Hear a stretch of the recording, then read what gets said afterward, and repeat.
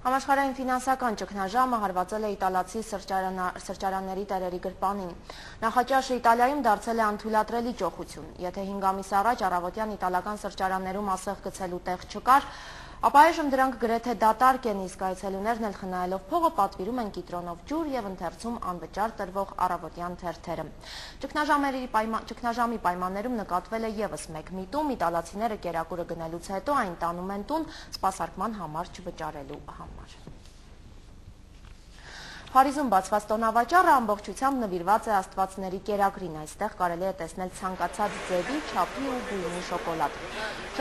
Շոկոլադասերների համար արվեստի իսկական գործեր են պատրաստել տարբեր երկրներից ժամանած 140 հրուշակագործներ։ Փառատոնի գագաթնակետը, սակայն, նորաձևության ցուցադրությունն էր, որի ընթացքում մոդելները ներկայացրեցին շոկոլադե զգեստներ։